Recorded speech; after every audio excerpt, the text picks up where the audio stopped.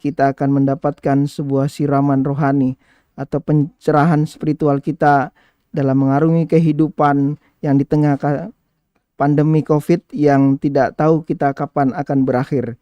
Oleh karena itu, tidak ada salahnya kita meluangkan waktu kita untuk mendapatkan sebuah pengetahuan, wawasan, keislaman untuk menguatkan keimanan kita di tengah pandemi ini. Yang insya Allah pagi hari ini akan kita bahas dengan sebuah tema yang bertajuk Allah itu dekat, tafsir surat Al-Baqarah ayat 186 yang insya Allah akan dijelaskan oleh Bapak Kiai Ahmad Fuad Effendi MA. Dan sebelum kita mulai, mari kita buka dengan membaca Al-Basmalah. Bismillahirrahmanirrahim. Kepada Pak Kiai saya persilakan. Bismillahirrahmanirrahim. Assalamualaikum warahmatullahi wabarakatuh. Assalamualaikum. Alhamdulillah alladzi ba'atha fil ummiyina rasulan minhum yatlu alaihim ayatihi wa yuzakkihim wa yu'allimuhumul kitaba wal hikmah wa in kanu min qablu la fi dhalalin mubin. Asyhadu an la ilaha illallah wa asyhadu anna Muhammadan abduhu wa rasuluh.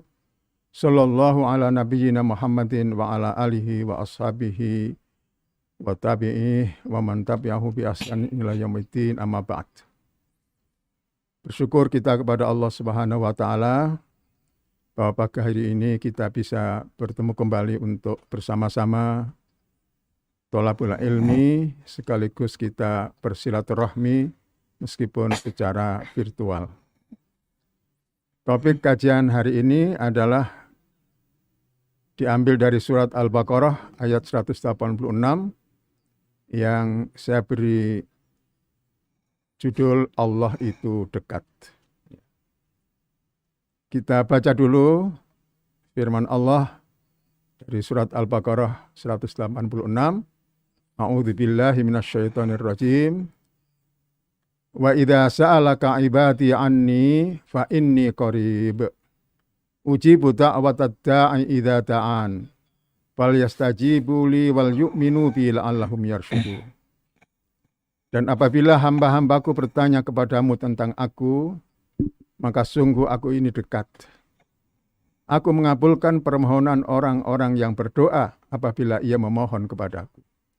Maka hendaklah mereka itu memenuhi segala perintahku, dan hendaklah mereka beriman kepadaku, agar mereka selalu berada dalam kebenaran. Di dalam Al-Quran terdapat 14 ayat yang dimulai dengan Yas'alunaka, mereka bertanya. Yas'alunaka anil ahillati, mereka bertanya tentang bintang-bintang, bulan-bulan. Kul, katakanlah. Yas'alunaka anir ruh, mereka bertanya tentang roh. Kul, katakanlah. Yas'alunaka anil khamri wal maisir, mereka bertanya tentang khamar dan judi. Maka Allah selalu kemudian mengatakan, kul, katakanlah wahai Muhammad.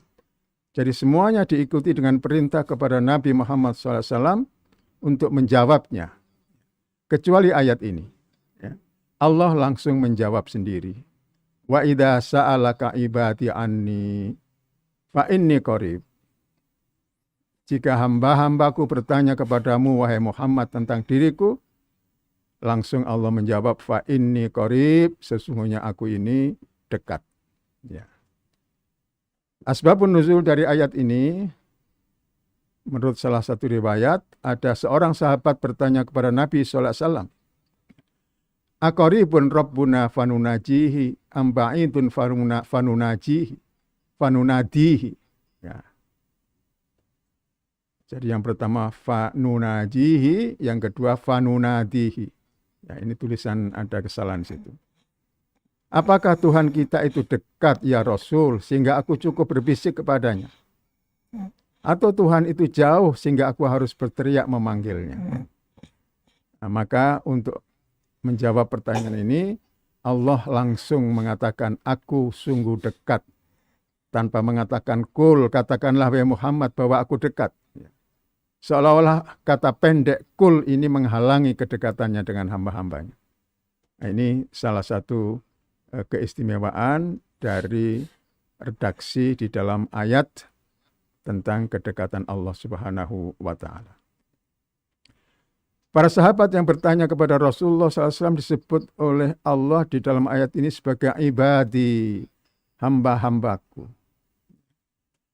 Sebutan yang di dalamnya terkandung kasih sayang, perlindungan, dan pengayoman. Coba para peserta kajian ini, bukalah Al-Quran, perhatikan panggilan ibadi dalam ayat-ayat yang lain. Ya.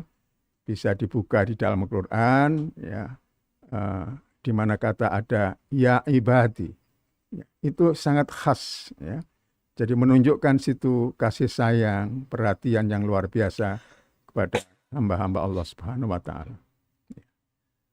Aku ini dekat, kata Allah, sangat dekat. Ya. Di surat Qaf 16 Allah menyatakan walaqad khalaqnal insana wa na'lamu ma tuwaswisu bihi nafsuh wa nahnu aqrabu ilaihi min hablil warid. Dan sesungguhnya kami telah menciptakan manusia dan mengetahui apa yang dibisikkan oleh hatinya, dan kami lebih dekat kepadanya daripada urat lehernya. Maka tidak perlu hambaku berteriak memanggilku, cukup berbisik. Bahkan apa yang terdetik di dalam hati pun aku mendengarnya. Begitu seolah-olah Allah ingin mengatakan kepada kita semua. Nah, pertanyaannya sekarang adalah apa arti kedekatan Allah itu? Apa maksud dari ini qarib, aku ini dekat? Timbul pertanyaan, di mana Allah?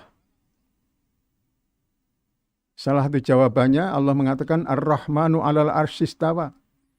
Allah bersemayam di atas arasy.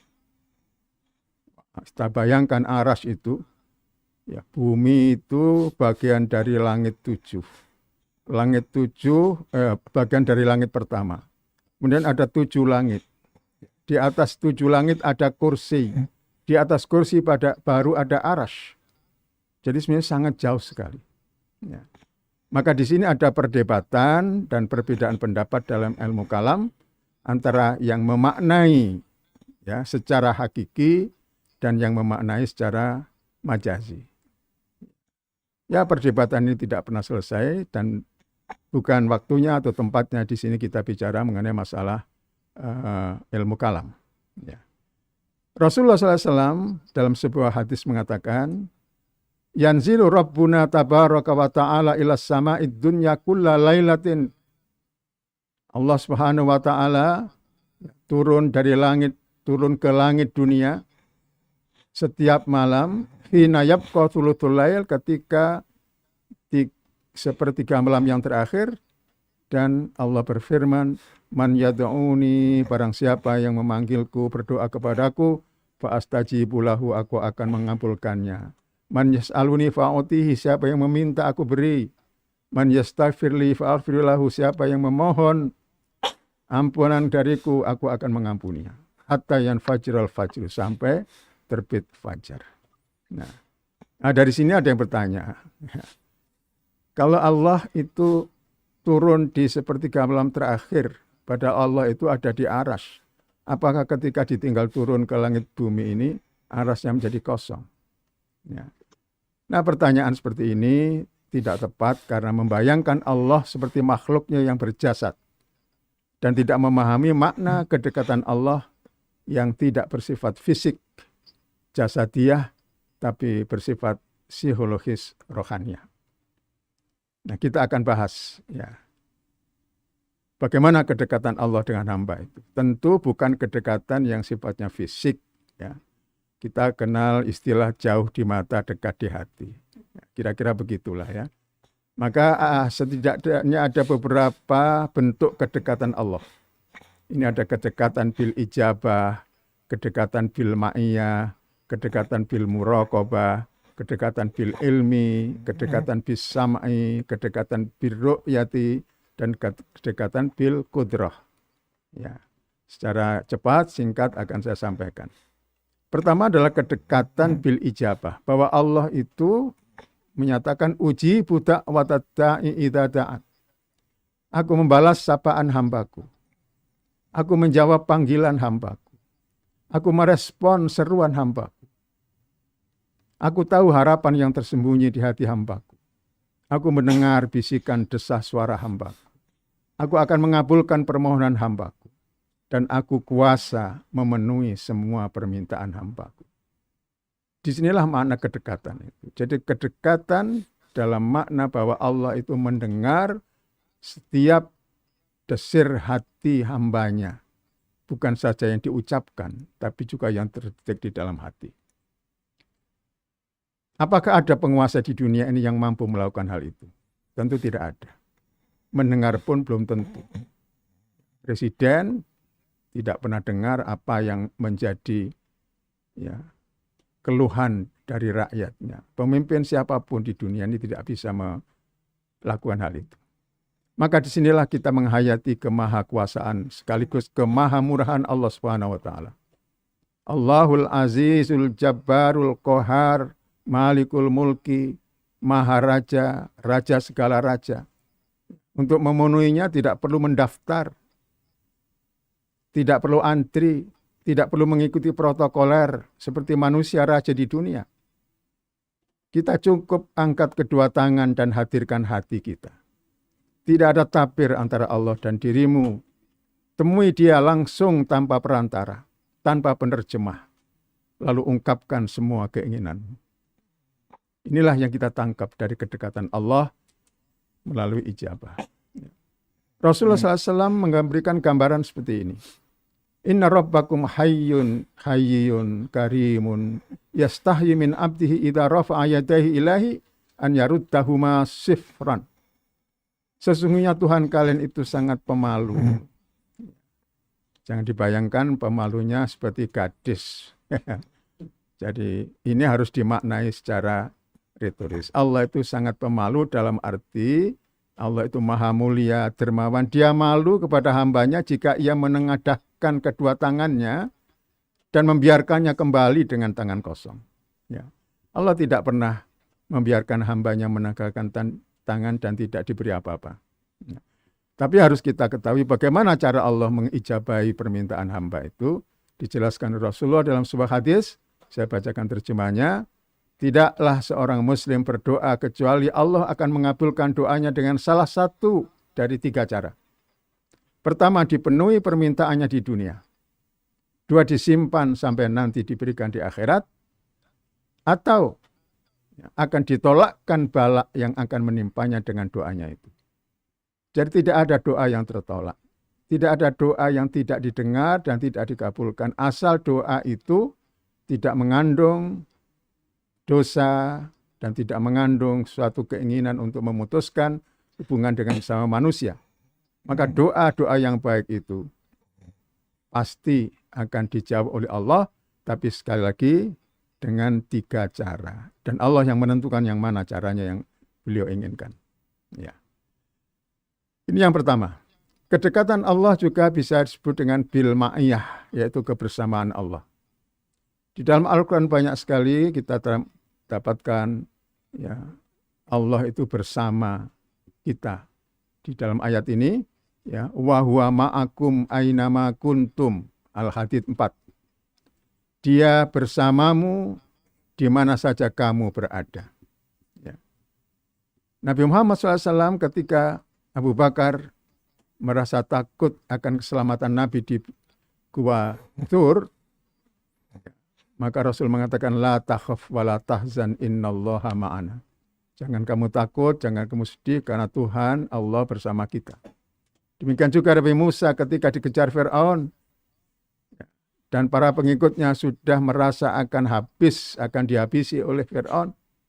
Tapi Nabi Musa dengan tegas mengatakan, kalla tidak. Ya. Inna ma'iya Rabbi. Mengapa? Karena bersamaku ada Tuhanku. Nah, inilah kedekatan Allah bil ma'iyah, yaitu kesadaran dan keyakinan bahwa Allah itu selalu bersama kita. Maka kita selalu merasa dekat. Yang kedua, kedekatan bil muraqabah. Yang ketiga, kedekatan dalam arti Allah itu mengawasi kita. Wattaqullaha alladzi tasaaluna bihi wal arham innallaha kana 'alaikum raqiba. Sesungguhnya Allah itu selalu mengawasi kalian. Wa kanallahu ala kulli syai'in raqiba, dan adalah Allah maha kuasa, maha mengawasi segala sesuatu. Jadi ma yalfadhu min qaulin illa waladaihi raqibun atid, tidak ada satu kata yang keluar dari mulut kita kecuali Allah sudah perintahkan kepada Raqib dan Atid untuk mencatatnya. Berarti tidak mungkin kita terlepas dari pengawasan Allah Subhanahu wa taala.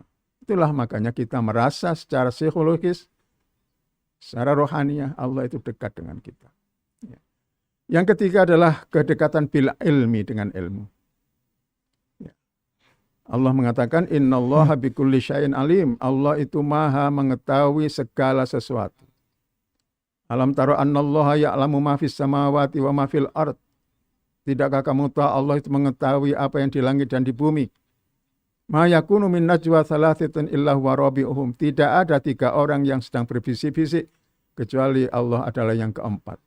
Demikian juga ketika ada 5 orang rapat gelap, maka Allah yang keenam. Begitu seterusnya. Wa huwa ma'ahum aina makanu. Allah itu selalu bersama mereka dimanapun mereka berada. Dan innallaha bikulli syai'in alim. Allah itu mengetahui segala sesuatu yang dilakukan oleh manusia. Kemudian yang berikutnya adalah kedekatan bis-sam'i. Innahu sami'un qarib. Sesungguhnya dia maha mendengar lagi maha dekat. Ya. Qul ata'buduna min dunillahi ma la yamliku lakum dharran wala naf'a. Mengapa kamu menyembah selain Allah sesuatu yang tidak dapat memberi mudarat kepadamu dan tidak pula bisa memberi manfaat? Wallahu huwas sami'ul alim, dan Allah lah yang maha mendengar dan maha mengetahui. Jadi tidak ada sepatah kata pun keluar dari mulut kita yang Allah tidak dengar. Allah sungguh dekat dengan pendengarannya. Yang berikutnya adalah kedekatan bil basari, ya, dengan penglihatan. Wa qul i'malu fasayarallahu amalakum wa rasuluhu wal mu'minun. Bekerjalah kamu, maka Allah dan Rasulnya serta orang-orang mukmin akan melihat pekerjaanmu itu. Ya. Inna rabbaka yabsutir rizqa liman yasha'u wa yaqdir, innahu kana bi ibadihi khabiran basira. Sesungguhnya Tuhanmu melapangkan rizki kepada siapa yang Dia kehendaki dan juga menyempitkan untuk siapa yang Dia kehendaki. Sesungguhnya Dia maha mengetahui lagi maha melihat apa akan hamba-hambanya. Kata khabir ini lebih dari alim. Ya. Khabir itu mengetahui sedetail-detailnya, mengetahui yang tampak, yang tersembunyi. Ya. Basira dengan penglihatannya, maha melihat apa yang dilakukan oleh hamba-hambanya. Yang berikutnya kedekatan bil qudrah, dengan kemahakuasaan. Walillahi mulkus samawati wal ard wa ma bainahuma yakhluqu ma yasha wallahu ala kulli syai'in qadir. Kepunyaan Allah lah kerajaan bumi, kerajaan langit dan bumi, dan apa yang ada di antara keduanya. Dia menciptakan apa yang dikehendakinya. Wallahu ala kulli syai'in qadir, dan Allah maha kuasa atas segala sesuatu. Dengan kemahakuasaannya, Allah bisa berada di dekat hamba-hambanya dalam bentuk apapun, dengan cara apapun. Tidak penting bagi kita mempertanyakan terlalu jauh dan terlalu detail bagaimananya Allah itu dekat dengan kita. Kita tidak perlu terlalu jauh bertanya tentang itu karena hal itu menyangkut zat Allah. Tapi cukuplah di dalam hati kita itu merasakan betapa dekatnya Allah kepada kita. Karena Allah mengetahui, Allah melihat, Allah mendengar, Allah kuasa. Allah selalu mengawasi, Allah selalu bersama kita. Maka rasa kedekatan Allah dengan diri kita ini menyebabkan paling tidak sikap hidup kita ini 2 hal. Pertama, kita merasa aman. Bagaimana tidak aman? Kita berada di dekat zat yang maha segala maha. Maha memberi rasa aman, maha melindungi, maha menolong, maha memberi rezeki. Jadi kita tidak pernah gelisah sebagai seorang mukmin yang beriman kepada Allah. Tapi yang kedua juga sekaligus dengan rasa perasaan bahwa Allah dekat dengan kita itu, maka kita tidak sembrono dalam hidup ini. Kita tidak berlaku seenaknya karena kita merasa bahwa Allah selalu mengawasi kita. Allah itu dekat, ya, itu kata Allah ya kepada hambanya. Tapi masalahnya apakah si hamba mendekat atau menjauh? Nah, ini persoalan kita. Bertambah tekun menjalankan perintah dan menjauhi larangan agama, maka bertambah dekatlah kita kepada Allah. Baliknya bertambah lalai menjalankan perintah dan menjauhi larangan agama, maka bertambah jauhlah kita kepada Allah. Maka bagaimana kita bisa mendekat kepada Allah? Yang pertama, mendekat kepada Allah itu dengan sujud. Ya.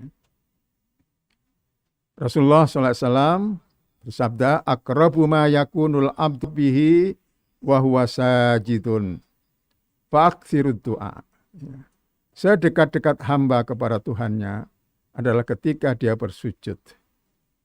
Maka perbanyaklah doa. Jadi sujud, ketika kita sujud, kita berada paling dekat dengan Allah Subhanahu wa Ta'ala. Maka panjangkanlah sujud-sujud kita. Berlama-lamalah dalam sujud. Ya, tentu ini ketika kita sholat sendirian, bukan sebagai imam ataupun makmum. Di sholat-sholat sunnah, sholat-sholat malam, kita bisa panjangkan sujud-sujud kita dengan rasa nyaman, ya, dengan rasa nikmat. Ya. Karena dalam sujud itu kita bebas berdialog, memohon, mengadukan masalah kita kepada Allah Subhanahu wa Ta'ala. Ya, jadi yang pertama dalam upaya kita mendekat kepada Allah adalah di dalam sujud.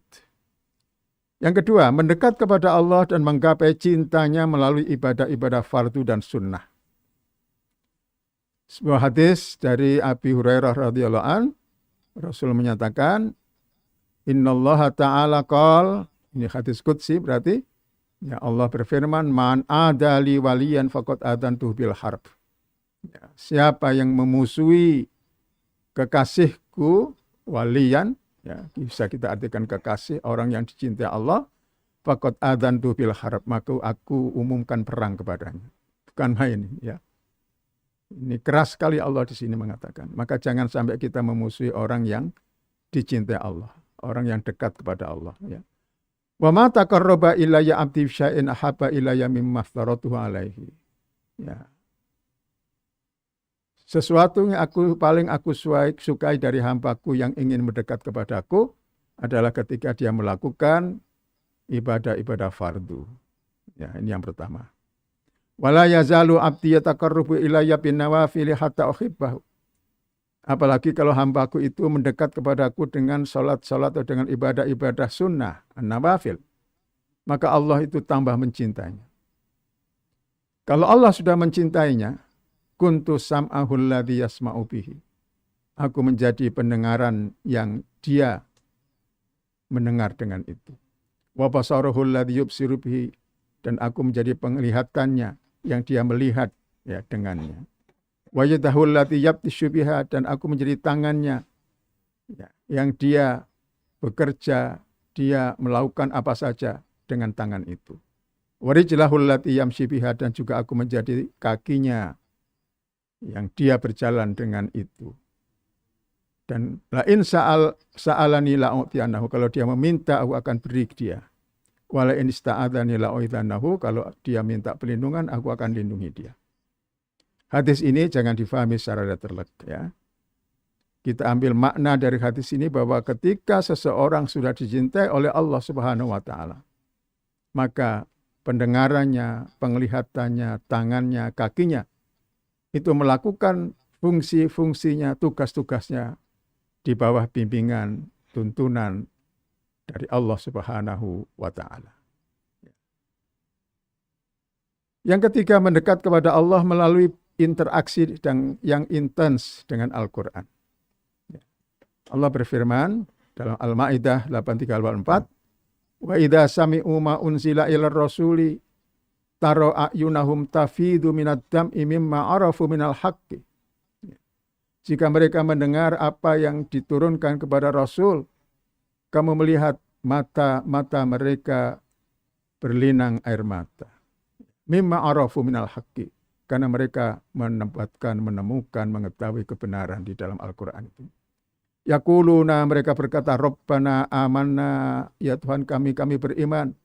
Faktubna ma'asyahidin, maka catatlah kami, tulislah kami bersama orang-orang yang menjadi saksi atas kebenaran Al-Quran dan kebenaran agama Islam.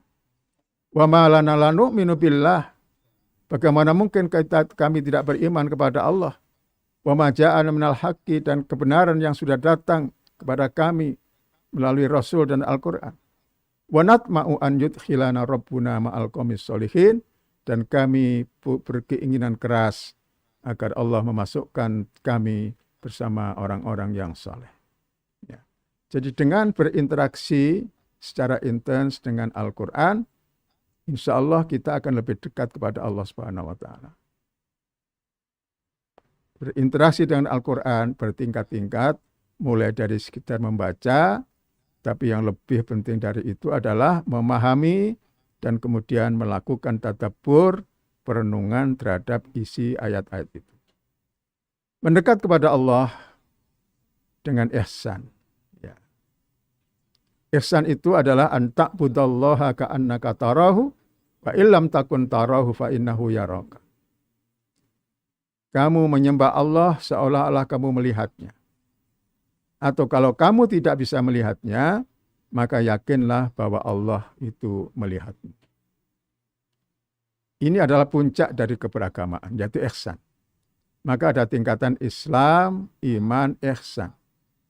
Kalau kita sudah menjalankan semua tugas kehidupan kita ini, yang semua yang kita lakukan di dunia ini adalah sebagai bentuk ibadah kepada Allah, dan semuanya itu kita lakukan dengan kesadaran bahwa kita dilihat oleh Allah, apalagi kalau kita sampai pada tingkat seolah-olah bisa melihat Allah, maka berarti kita sudah mencapai tingkat keberagamaan yang tinggi.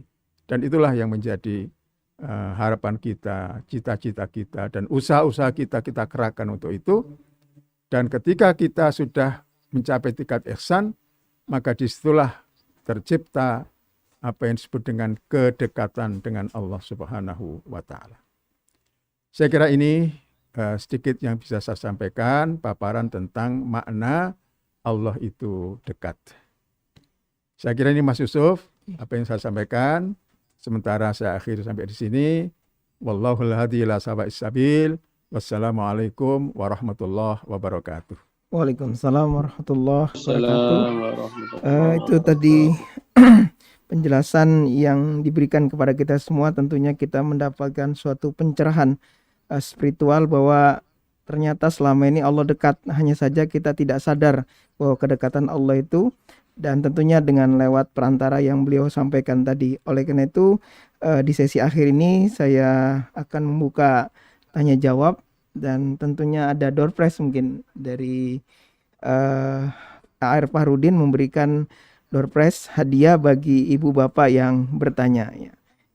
Silakan kalau ada yang bertanya bisa lewat chat atau langsung tanya kepada beliau.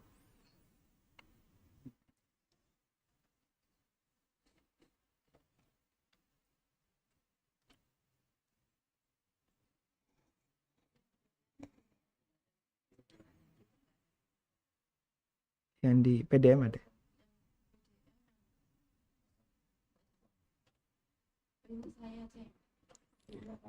Oke. Oke.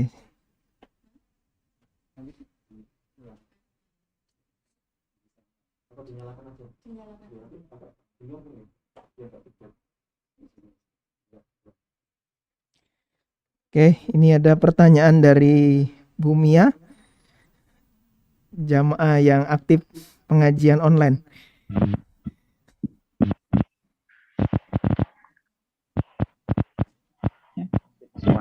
Assalamualaikum warahmatullahi wabarakatuh. Waalaikumsalam warahmatullahi wabarakatuh. Alhamdulillah atas pencerahan pada pagi hari ini, yang mana kita merasa was-was di mana-mana kalau kita tidak mengenal bahwa Allah itu sesungguhnya dekat sama kita, dimanapun apa suara kita, apa yang ada di hati kita, karena Allah itu tahu dan Allah melihat, Allah mendengar. Begitu kadang kita itu kurang yakin ya bahwa Allah itu ada di mana-mana, ada di sekeliling kita, bahkan sangat dekat dengan urat nadi kita. Nah, yang ingin saya tanyakan itu seperti ini. Ketika kita dekat dengan Allah itu, bahwa apabila terdengar panggilan ataupun terdengar suara adzan, itu hati kita tergetar ataupun hati kita itu merasa gimana gitu ya. Nah, itu tidak setiap saat kita dengar adzan merasa hati kita itu seperti itu. Bagaimana caranya kita itu agar senantiasa selalu kepengen dekat dengan Allah, kepengen dekat dengan rahmat Allah. Suatu misal seperti ini. Apabila kita sudah melakukan aktivitas ibadah itu rutin, dan salah satu hari ataupun ada sesuatu yang kurang, katakanlah tidak baca Al-Quran, itu di hati merasa gelisah sekali. Bagaimana cara kiat-kiat untuk hati kita itu selalu dekat dan selalu terpantau. Mungkin ini, terima kasih Ustadz. Assalamualaikum warahmatullahi wabarakatuh. Assalamualaikum. Ya, terima kasih Ibu Mia atas pertanyaannya. Jadi upaya mendekatkan diri kepada Allah Subhanahu wa Ta'ala itu kan suatu upaya yang harus dilakukan terus-menerus, ya. Jadi tidak ada orang beragama itu, orang mencapai tingkat tinggi dalam beragama itu yang bisa dicapai secara instan. Oleh karena itu ya berbagai metode, berbagai cara yang tadi antara saya kemukakan, ya, itu yang terus-menerus kita lakukan, ya. Itu sekedar contoh tadi itu. Jadi semua macam ibadah itu sebenarnya adalah dalam rangka taqarrub kepada Allah Subhanahu wa Ta'ala. Kita berpuasa, kita sholat, ya, kita berinfak. Itu harus ada kesadaran bahwa semua kita lakukan bukan supaya kita dekat dengan manusia, tapi justru kita supaya dekat dengan Allah Subhanahu wa Ta'ala. Maka disinilah memang kita perlu untuk menajamkan sensitivitas rohaniah kita. Semua ibadah sebenarnya adalah melatih itu, ya, melatih sensitivitas spiritual kita, ya. Kalau kita sudah dekat dengan Allah, sebenarnya juga salah satu buahnya juga nanti kita merasa dekat dengan sama manusia. Artinya kita mengasihi semua orang. Nah, itu. Nah, jadi kuncinya adalah memang kalau kita ambil salah satu seperti dikatakan di dalam firman Allah di surat Al-Anfal, bagaimana menjadikan hati kita itu setiap mendengar nama Allah disebut, bukan hanya adzan, ya. Idza dzukirallahu wajilat qulubuhum. Jika nama Allah disebut, wajilat qulubuhum, hatinya gemetar, bergetar. Nah, ini merupakan suatu usaha yang luar biasa, ya. Tentu ya seperti yang saya uraikan tadi itu kita lakukan semua. Ya, kita lakukan. Ketika kita melakukan apapun kebaikan selalu kita kaitkan dengan Allah. Selalu kita merasa ini Allah melihat saya, bersama saya, dan semua ini kita lakukan memang hanya untuk Allah. Nah, jadi itulah yang harus kita lakukan. Selalu merasa bahwa kita ini dilihat, diawasi, tapi juga sekaligus kita ini dilindungi, ya, dan dibimbing oleh Allah Subhanahu wa Ta'ala. Ya. Maka setiap kita melakukan apa saja kan kita mulai dengan Bismillahirrahmanirrahim, ya, petunjuk Rasulullah. Kalau kita sudah memulai apa saja dengan Bismillahirrahmanirrahim, maka paling tidak kita pertama merasa bahwa kita melakukan ini adalah untuk Allah. Dan dari segi niat ini kita sudah masuk benar. Yang kedua, dengan mengucapkan Bismillahirrahmanirrahim, berarti kita merasa Allah akan menuntun kita, membimbing kita. Ya, kalau kita keluar rumah, baca Bismillahirrahmanirrahim, apalagi ditambah tawakkaltu 'ala Allah, la haula wala quwata illa billah, maka kita akan bersamai Allah, akan dibimbing oleh Allah, dan akan dilindungi oleh Allah. Nah, ini kesadaran ini yang perlu kita tanamkan terus. Ya. Saya kira begitu secara singkat Ibu Mia, mudah-mudahan bisa menjawab pertanyaan beliau. Oke, ada 4 penanya nih Ustadz. Saya bacakan dulu satu-satu penanyanya. Yang pertama dari Nunun PCA Pagelaran. Beliau bertanya, sudah sholat, sudah ngaji, tapi kadang hati ini masih sedih dan khawatir. Itu bagaimana ya Ustadz? Ya. Sedih, khawatir apa dulu? Ya. Ya, khawatir tidak diterima oleh Allah atau khawatir sesuatu yang lain. Ya. Kalau mengkhawatirkan sesuatu yang tidak ada kaitannya dengan Allah, misalnya masih gelisah dengan manusia, masih sedih dengan musibah yang menimpa kita, ya. Nah, itu berarti memang memerlukan pengobatan hati yang tentu lebih jauh, lebih dalam, ya. Tapi bahwa kita sebagai orang beriman itu dalam kaitannya dengan Allah kan selalu punya khosyah atau khauf dan juga punya roja. Kita itu selalu harap-harap cemas. Nah, harap-harap cemas itu kita buat tetap dalam hati kita secara seimbang. Ya, seimbang. Kita kalau cuma harapan saja nanti kita sembrono. Tapi kalau kita takut saja tidak diterima oleh Allah, kita nanti akan putus asa. Maka khauf dan roja itu seimbang.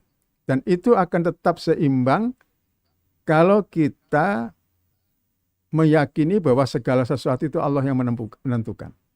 Ya. Amal kita mungkin sedikit. Tapi kita punya harapan Allah akan melipat gandakan amal kita. Kita mungkin melakukan satu dosa. Tapi kita punya keyakinan Allah itu Maha Pengampun. Nah, ini harus seimbang terus. Ya, seimbang antara khauf, rasa takut, dan roja, harapan pada Allah.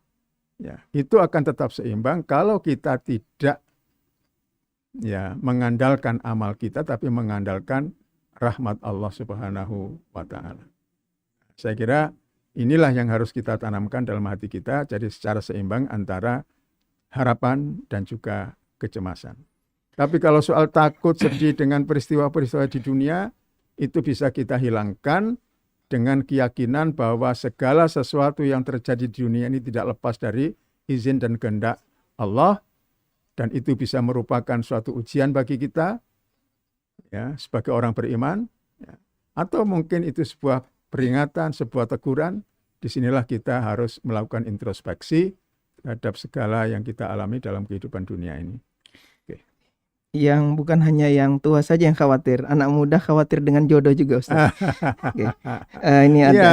Iya, itu jodoh harus dicari. Tapi yakinlah bahwa semuanya yang menentukan adalah Allah. Ya. Pasti akan datang waktunya. Ya. Pertanyaan selanjutnya Ustaz dari Suprayitno PRM Jetaklor. Assalamualaikum. Ustaz, saya bertanya, apa indikatornya bahwa Allah itu dekat dengan hambanya? Terima kasih. Wassalamualaikum. Ya, Allah itu selalu dekat. Masalahnya hambanya ini mendekat apa enggak, kan itu.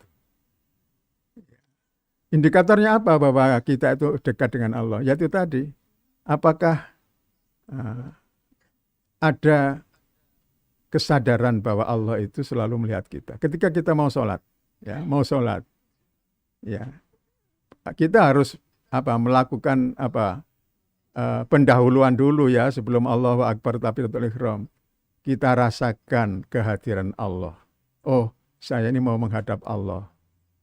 Saya ini akan melakukan sholat dan dilihat oleh Allah. Maka dengan kesadaran itu kita akan sungguh-sungguh ketika mengatakan Allahu Akbar itu bukan sekedar lisan, ya. Demikian juga ketika membaca doa-doa di dalam sholat itu. Kita insya Allah akan selalu konsentrasi. Ketika kita pikirannya lari kemana-mana, kita kembalikan lagi. Oh, aku ini sedang dilihat oleh Allah. Ya. Maka di dalam doa tahiyat itu kan puncaknya ya. Puncaknya itu kita beri salam kepada Allah, at-tahiyatu lillah wassalawatu wattayyibat, ya. Setelah itu kita memberikan salam kepada Nabi, assalamu alaika ayyuhan nabi wa rahmatullah. Setelah itu kita salam kepada semua orang, assalamu alaina wa ala ibadillah sholihin. Itu kalau kita hayati, maka tentu kita akan merasa dekat dengan Allah Subhanahu wa taala. Oke. Itu tadi jawabannya. Ini masih ada 3 pertanyaan, Ustadz. Izin bertanya, bagaimana cara kita menjawab saat anak kecil tanya tentang Allah ada di mana? Karena penanaman akidah sering dijelaskan harus dimulai sejak dini sebelum pemberlakuan syariat. Dari Ibu Afifah Sahlan. Ya, ini untuk anak-anak. Ini memang sebenarnya bukan masalah dengan anak-anak aja ya. Ya, orang-orang yang dewasa pun tidak pernah selesai dengan perbincangan tentang Allah itu di mana. Ya, Allah menyatakan dalam Al-Quran bahwa Allah itu istawa alal arsh, bersemayam di atas arsh. Arsh itu di atasnya langit 7. Ya. Jadi kan bumi, kemudian ada langit pertama, langit 2 sampai langit 7. Di atas langit 7 ada kursi, kemudian ada arsh. Allah di atas arsh. Jadi untuk anak-anak kita katakan ya Allah itu ada di atas. Allah itu ada di atas. Makanya kita kalau berdoa apa? Tangan kita menegak ke atas. Ya. Kalau anak itu ngejar atas itu di mana? Pokoknya Allah itu maha tinggi. Ya. Allah itu lebih tinggi dari apapun dan siapapun di dunia ini. Nah, mungkin cukup itu, tidak perlu diperpanjang. Nanti kalau diperpanjang, nanti kalau kita jawab Allah itu ada di mana-mana, maka dia akan bilang ya, oh kalau gitu Allah itu banyak ya. Nah, jadi kan setiap jawaban itu akan ada pertanyaan lanjutan. Tapi di sini kita batasi bahwa kita sadarkan anak-anak itu Allah itu maha segala maha, sehingga kita ini nggak bisa mengetahui secara jelas secara pasti mengenai zatnya. Kita terlalu kecil untuk mengetahui zat Allah. Ya. Jangankan Allah ya, kamu tahu enggak di mana Amerika itu, kan enggak tahu, ya, karena kamu belum pernah ke sana. Ya. Jadi itu padahal dunia itu tidak semua kita tahu, apalagi Allah ya yang berada di atas segalanya. Jadi yang penting kita jawab sesuai dengan pikiran anak, ya udah Allah itu pokoknya ada di tempat yang paling tinggi. Kalau menurut saya itu aja. Ya. Itu tadi jawabannya. Pertanyaan selanjutnya dari Bu Diana. Bagaimana kita bisa tahu Allah merespon doa kita? Apa yang kita doakan tentunya yang baik-baik, tapi apa yang kita hadapi beda dengan doa yang kita panjatkan. Jazakumullah khair, Ustaz. Ya, 3 hal tadi yang disebutkan dalam hadis Rasulullah. Jadi doa itu bisa dikabulkan langsung sesuai dengan yang diinginkan. Ya, apakah cepat atau lambat itu Allah yang mengatur iramanya, ya sesuai dengan hikmah atau kebijaksanaan Allah. Mungkin kita pernah meminta sesuatu dan langsung dikabulkan, atau bahkan belum minta baru terdetik di hati Allah sudah memberi. Itu kemungkinan pertama, ya. Jadi dikabulkan sesuai dengan permintaannya selama di dunia. Kemungkinan kedua adalah memang sampai kita mati nggak pernah dikabulkan di dunia ini. Tapi Allah berjanji menurut Rasulullah itu akan dicatat dan nanti akan diberikan waktu di akhirat dalam bentuk nikmat Allah yang luar biasa. Dalam sebuah hadis yang panjang, seorang nanti kita itu masing-masing oleh Allah akan dialog ya di akhirat. Ya, Allah bertanya, kamu dulu berdoa ini, kamu merasa tidak dikabulkan ya? Iya ya Allah. Ya ketahuilah ini loh yang dulu tidak saya kabulkan itu sekarang saya ganti dengan ini nih. Di surga ini. Wah, sesuatu yang sangat mengagumkan. Lalu si hamba ini jawab, ya dasar manusia, aduh kalau tahu begitu semua doa saya nggak usah dikabulkan di dunia, tapi semua di akhirat. Jadi itulah namanya manusia itu selalu punya ketamakan ya. Jadi itu yang kedua. Kalau tidak dikabulkan sekarang, jangan putus asa. Ya, itu kemungkinannya 2. Allah masih suka melihat hambanya itu mengeluh, mengadu, mengangkat tangan, itu Allah menikmati itu, ya. Atau memang Allah sengaja akan memberikan nanti di akhirat. Kemungkinan ketiga adalah doa yang kita sampaikan kepada Allah itu diberi dalam bentuk lain, yaitu kita diselamatkan dari suatu bala atau satu musibah yang menimpa kita. Kita pernah dengar ada orang yang mobilnya mengalami kecelakaan berat, ya, mobilnya sudah hancur lebur, tapi orangnya selamat. Mungkin itu salah satu dari buah doa tadi. Bukan berarti dia orang sakti, ya. Tapi memang dia banyak berdoa dan doa kepada Allah itu diwujudkan dalam bentuk dia diselamatkan dari satu musibah. Maka ketika mengalami hal seperti itu, ingatlah doa Anda, oh ini mungkin doa saya yang belum terkabulkan. Ya. Tidak dengan merasa bangga, ya, bahwa kita ini ternyata orang yang sakti atau orang yang dimuliakan oleh Allah. Enggak. Itu semua adalah buah dari doa-doa kita. Oke, ini pertanyaan nambah lagi satu, Ustaz. Jadi memang pagi ini temanya sungguh menarik. Dari Fatimatuz Zahro, bagaimana caranya agar hati ini tidak kosong? Karena terkadang meskipun saat mengaji, hati ini terasa kosong. Dan bagaimana menjawab pertanyaan anak kecil saat ia menanyakan ayahnya yang sudah tiada? Jazakumullah khair. Ya. Ya, selalu mengingat Allah. Ya, alladzina yadhkurunallaha qiyaman wa qu'udan wa 'ala junubihim. Ya, jadi Allah, mereka yang selalu mengingat Allah qiyaman pada waktu berdiri, ya, qu'udan waktu duduk, ya, atau ketika sedang dia wa 'ala junubihim sedang berbaring. Ini maksudnya adalah di semua keadaan itu kita ingat Allah. Jangan sampai kosong. Ya, ketika membaca Al-Qur'an, ya, kita pahami maknanya, insya Allah tidak akan kosong pikiran kita. Ketika naik mikrolet, kita naik kendaraan, jangan kosong pikiran kita dari Allah. Ya, selalu kita ingat Allah. Maka Rasulullah itu kan mengajarkan doa-doa. Setiap gerakan kita ada doanya. Ini cara Rasulullah mengajarkan kepada kita supaya hati kita tidak kosong. Ya, coba mulai kita bangun tidur sampai kita nanti mau tidur, itu berapa puluh doa yang diajarkan Rasulullah kepada kita. Ini adalah metode Rasulullah supaya kita selalu ingat Allah. Ya. Tapi umumnya kita waktu TK hafal doa-doa itu, tapi setelah besar kemudian lupa. Ya, kalah kita dengan anak-anak TK atau SD itu, ya. Nah, inilah yang harus kita ingat-ingat lagi. Bangun tidur apa doanya, masuk kamar mandi, keluar kamar mandi, sedang berias, ya, sedang mau makan, setelah makan, ya. Mau apa saja, pakai pakaian, itu semua ada doanya. Ya. Nah, ini cara kita untuk selalu mengingat Allah Subhanahu wa Ta'ala. Oke. Pertanyaan terakhir, Ustaz, dari Bu Dokter Irma Suswati. Allah Subhanahu wa Ta'ala selalu mengabulkan doa-doa yang saya minta. Saya malu karena saya tidak bisa menjalankan perintah Allah Subhanahu wa Ta'ala dengan baik. Bagaimana agar saya bisa menjalankan perintah Allah dengan lebih baik dan lebih baik lagi? Jazakumullah khair. Katsira, Ustaz. Ya, disitulah, ya, Allah itu Maha Pemurah.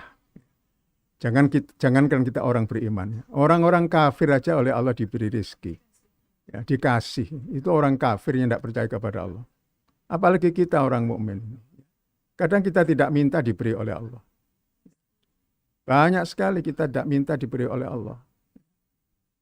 Nah, oleh karena itu maka ayat yang tadi kita baca, ya, Allah menyatakan akan ujibu da'watad da'i idza da'an. Aku akan mengabulkan doa orang yang berdoa kepadaku. Tapi kalimat berikutnya harus diingat. Fal yastajibuli. Ya, hendaklah mereka itu juga menyambut seruanku, merespon permintaanku, melaksanakan perintahku, menjauhi laranganku. Fal yastajibuli wal yu'minu bi, danlah mereka percaya kepadaku. Percaya bahwa aku akan memberinya apa yang dia minta. Percaya bahwa aku akan memenuhi segala kebutuhannya. Fal yu'minu bi. Jadi tidak boleh bertepuk sebelah tangan kita. Allah sudah janji menjawab doa kita, tapi kita tidak pernah menjawab seruan dari Allah. Ya. Nah, kalau ada kesadaran seperti itu pada seseorang, seperti Ibu katakan tadi, itulah kesadaran orang yang beriman. Dan sepanjang kesadaran seperti itu ada, insya Allah lambat laun, ya, insya Allah tambah kuat iman kita kepada Allah Subhanahu Wa Taala. Karena dengan kesadaran itu kita akan terus mencoba untuk bisa menjalankan perintah-perintah Allah dan Rasulullah semampu kita dan menjauhi larangan-larangan Allah. Ya, tentu kalau larangan itu kita jauhi seluruhnya, tapi kalau perintah kita jalankan semampu kita. Mudah-mudahan kita semua selalu dituntun oleh Allah, ya, ke jalan yang diridhoinya. Amin ya rabbal alamin. Saya kira ini menjawab pertanyaan-pertanyaan yang sudah disampaikan. Saya kembalikan kepada Mas Yusuf. Jazakumullah khair pada Bapak Kiai Fuad yang telah memberikan kita sebuah pencerahan hati dan pikiran bahwa selama ini Allah dekat dengan kita. Dan catatan akhir dari perjumpaan kita pagi hari yang penuh barokah ini, bahwa Allah itu dekat dalam surah Al-Baqarah ayat 186. Dalam Al-Quran ada 14 ayat yang mengawali tentang pertanyaan. Jika hambaku bertanya tentang aku, maka katakanlah aku dekat. Tapi apakah kita dekat dengan Allah? Tentunya kedekatan kita lewat sholat, baca Quran, dan berbuat ihsan.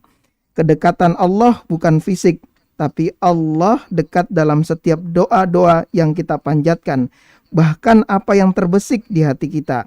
Setiap doa yang kita panjatkan pasti Allah kabulkan dengan syarat kita beriman dan menjalankan perintah Allah dengan tulus dan ikhlas.